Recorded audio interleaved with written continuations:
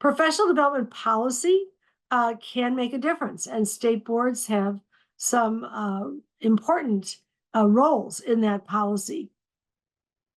One role that's very important is the role of setting standards. It's something that state boards do. You know, what are the standards that will guide preparation, licensing, program approval or accreditation? There's been a big shift in time about the standards. In 2005, about 20 years ago, there were only 6 states that really focused on the knowledge and skills principals might need to support student learning, as opposed to getting the buses running on time and managing the budget and other things. And of the states that at least mentioned those skills, most did not really specify what that means. By 2014, we had 35 states revising their standards. All of the states had adopted the ISLIC standards and at least mentioned the idea that principals should know how to support student learning in the building. In 2018, the field developed the National Educational Leadership Preparation NELP standards, and those evolved in different states to different names. In California, they were picked up and added to and called the capsules, you know, the California professional preparation standards. These really reinforced equity and clinical practice tied to meaningful coursework.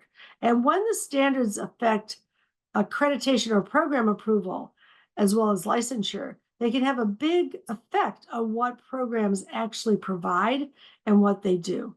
And I think that's a big part of the story for us.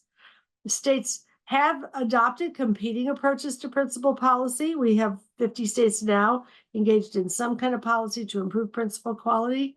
Many used the ESSA funds and then the ESSER funds.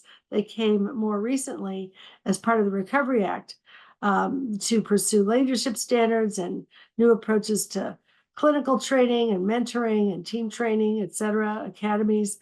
But most are pursuing both stronger requirements for programs and alternative pathways that don't require everyone to go through those programs.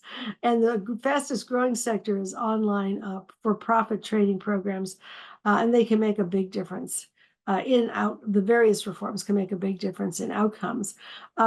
We, in the course of it, reviewed surveys from a number of states. One set of surveys in Colorado, which had seen the growth of many for-profit alternative pathways that were entirely online for preparation to become a principal, found that existing superintendents found those programs to be the least helpful in training principals that they could hire and rely on to know what to do.